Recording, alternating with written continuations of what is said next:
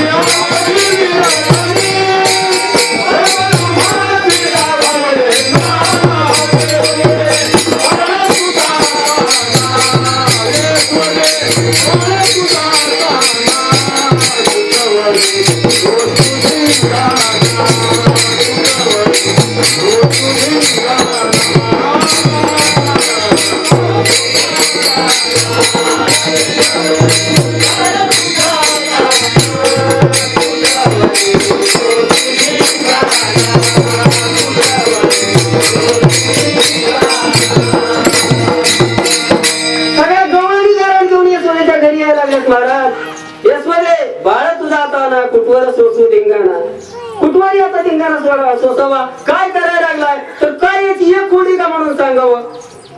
काय एक खोडी का म्हणून सांगावं. गाडी बिडीची गाठ देतोय, गाठ कुणाच सुटत नाही. असल्या न करायच्या खोडी करायला लागलाय आणि असलं कारण सांगायला लागलं. त्यावेळेला यशोदा मातेने आपल्या जवळ श्रीकृष्णाला बोलून घेतलंय महाराज. जवळ बोलून घेतलं आणि घेतल्याबरोबर श्रीकृष्णाने आळी केली. काय केलंय तर यशोदेला जेवण मागायला सुरुवात केली महाराज. रडायला लागलाय श्रीकृष्ण, रडायला लागला. यशोदेला जेवण मागितलंय आणि त्यावेळेला यशोदेनं जेवण ताट तयार केले महाराज. सगळं पकवान ताटात वाढलंय. भात दही कालवलाय वाढलंय. तिनं वाढल्यावर सांगितलं कालवून दे म्हणून, त्याचा काला करून दे म्हणून सांगितलं. मग दी म्हणल्यावर आईला काला करून दे म्हणल्यावर आईला दिलं भागाय कराय. तिनं यशोदेला काला करून दिला महाराज आणि काला करून दिला. पण काला त्या श्रीकृष्णाच्या मोर लोटल्या बरोबर गडी लोळायला लागला. रडायला सुरुवात केली महाराज. धडा इकडून तिकडे सगळ्या घरात गडबडा लोळायला लागला. का लोळायला लागलाय, मागितलंय का नाही जेवण मागितलंय आणि दिल्यावर रडायची कारण काय, का रडायला लागला सांग का तुम्हाला. तिला म्हणायला लागला पहिलं माझं जसं होतं तसं करू. भाजी इकड, दही इकड, भात इकड, सगळं निवडून दे तरी जेवण नाही तर जेवणाचं. आणि समजायला लागली यशोदा, समजायला लागली कृष्णा असं कुठं असतं का? मिसळ ती निवडा येत असतं का कुठं? मिसळायचं जोडायचं लय अवघड आहे मला. तोडायचं लय सोपं आहे, जोडायचं लय अवघड आहे. मिसळायचं लय सोपं आहे, पण काढायचं अवघड आहे का तू? रडायला लागल्या, काय केलं तर आवडत ना मला तसं निवडून दिलं तर जेवणार आहे, ना तर जेवणारच नाही. आणि इतका रडायला लागला की रडायचा आणि एकदमच गप्प व्हायचा. इतका हॉटेलाच पोहोचला. यशोदा सांगते अरे हे निवडायला कसं येत असतं का? असला काला केलेला आता निवडून कसं? दुसरं काय बी मागतो, काय बी मागणी तुला द्यायला तयार आहे. नाही मला पहिलं होतं तीच पाहिजे, दुसरं सुद्धा बात नाही पाहिजे, दुसरं काही सुद्धा नाही पाहिजे, मला ह्यातलं निवडून पाहिजे, ह्यातलंच मला निवडून पाहिजे. शक्य आहे का ते देणं? शक्य नाही. आणि मग लय लेकरू रडायला लागलं का महाराज? ज्या वेळेला अनावर असं लेकरू रडत आणि त्यावेळेला ते आईला सण होत नसतं, आईला सण होत नाही. दिलं तर घेईना, दुसरं दिलं तरी मी नको म्हणायला लागला. आणि रडतोय, रडलेला बघवतोय का? एवढं टाव पडून लेकरू रडायला लागलं ना, आई हसती. तिला आई नाही म्हणावं महाराज, आईच नाही. तिला अंतकरण आईचं असलं म्हणजे ती कळतं. रडते माझे बाळ तान समजावी ते राहीना, रडते माझे बाळ तान समजावी ते राहीना,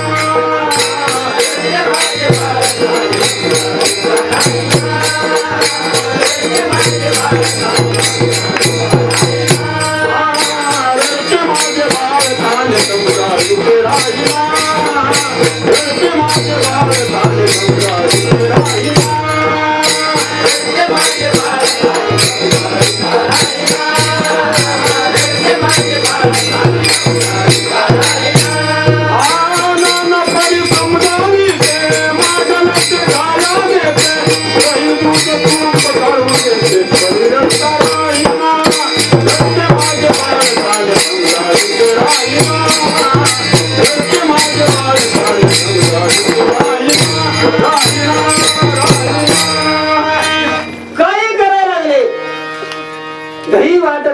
दिला त्याच्याकडे हा पाहिना, रडते माझे बाळताने समजाविता राहीना, रडत असे स्फुट कुंद लेकरा वाटे वाहे बंद. ठाव पडून दलित सर्वांगी आला गाम, एका जनार्दनी प्रेम यशोदे सीमाईला. असं रडायला लागलाय, ठाव असा पडलाय. यशोदीच्या अंतःकरणामध्ये भगवान असं झाले आणि भगवान असं झालं आणि यशोदेच्या डोळ्याला धारा फुटला महाराज. यशोदा त्या श्रीकृष्णाच्या लोळण्याकडे बघत येऊन रडायला लागली महाराज. काय करू आता याला? किती समजावलं तर राहणार त्याच्यासाठी काय करू म्हणून यशोदेला वाईट वाटायला लागलं आणि यशोदेच्या डोळ्याला धारा लागल्यात महाराज. आणि धारा लागल्यात, ही श्रीकृष्णाने बघितलंय आपली आई रडती म्हणून. आपली आई रडती, श्रीकृष्णाने बघितलं महाराज. विजय असा बाकीचं नका काय कळना, मला तर कुठं कळतंय, पण विषय असा आहे ज्या वेळेला आपल्या आईच्या डोळ्यात दुःखाचा अश्रू येत आहे का, त्या वेळेला जर आपल्या मुलाने ते सुखरूपान पाहिलं तर त्याने इतकं पाप नाही महाराज. आपली आई दुःखानं रडती, मुलानं त्याच्या डोळ्यातलं अश्रू बघायचंच नसतं, पाप आहे तो मुलगाच नाही. नाहीतरी काय थोडी स्वान सुकरे बापुडी, नाहीतर पृथ्वीवर काय थोडी स्वान सुकर, स्वान म्हणजे कुत्र, सुकर म्हणजे डुकर, ती काय थोडी. आणि त्याच्यासारखा आपला जन्म आहे महाराज. या धरणीला त्याचं तर वध होते. आपल्या आईच्या डोळ्यातलं दुःख असलं आपण बघू नये महाराज, त्याला मुलगा नाहीत म्हणजे. आणि असलं ज्या वेळेला श्रीकृष्णाने बघितलं आपली आई रडती, मी देव आहे माझी आई रडती, हे देवाला सोबत काय. आणि बघितलं की सांगितलं आई थांब म्हणला, मी तुला अटकल सांगतो. श्रीकृष्ण परमात्म्याने सांगितलं तुला अटकल सांगतो, रड नको अटकल सांगतो.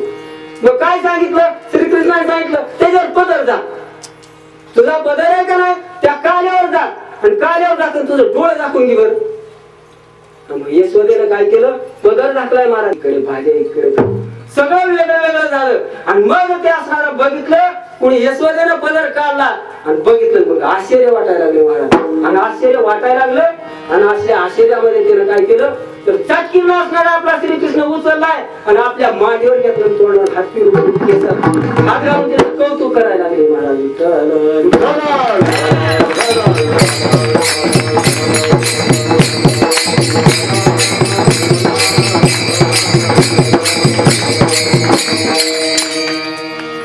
गोकुळामध्ये अनेक कार्य केले त्यांना, अनेक कार्य केले. काय केलं तर इकडे दाराला बसायच्या अगोदर पाठच वासर काय काय गोपाळांचे सोडून दिले, सगळे वासर गायला सोडले. कुणाच्या घरामध्ये जायचा वासर तरी सोडायचा, दूध तरी पालत करायचा. एक जवळ काय करायला लागली, पहाट उठली आणि पहाट उठली आता कसले खोड्या म्हणावं तिला. पहाट उठली दारात सडा टाकला महाराज आणि सडा टाकला आणि सडा टाकून अष्टदळ काढायला लागले. अष्टदळ म्हणजे रांगोळी पुराची काढायला लागली.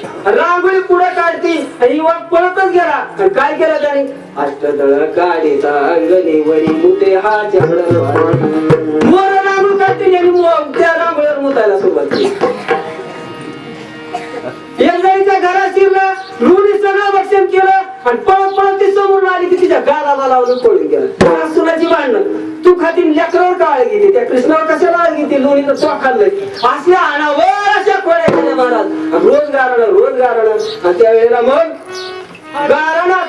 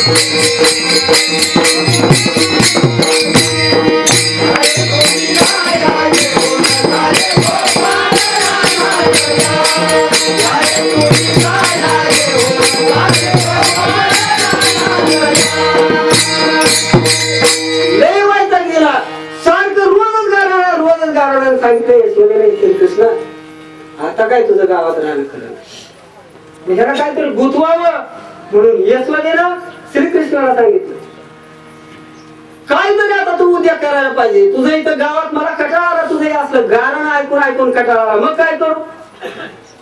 यशोदेनं सांगितलं तू आता काय करतोस, गाई घेऊन जा. गाई घेऊन जा म्हणल्यावर इतका आनंद झाला सगळ्याला, गोपाळाला आनंद आहे आणि भगवान श्रीकृष्णाला असा आनंद झाला आणि तो आनंद पहिल्या चरणामध्ये व्यक्त करता.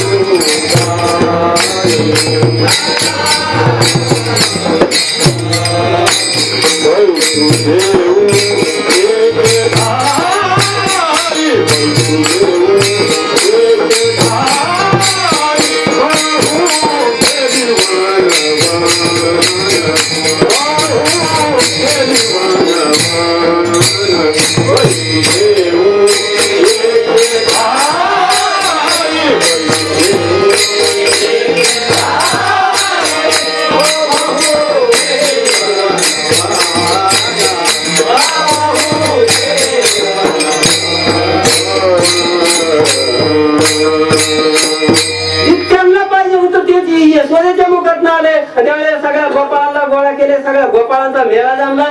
आता काय करायचं सांगितलं, आता चला वळू गाई बैसोडी. चला आता गाय घेऊन रानात जायचं चारायला. गोपाळांना सगळ्या गाय सोडल्यात महाराज, गाय सोडल्या तर रानात आले. रानात आले तर मग रानात त्यांचा खेळ आहे महाराज, खेळ चालू झालाय.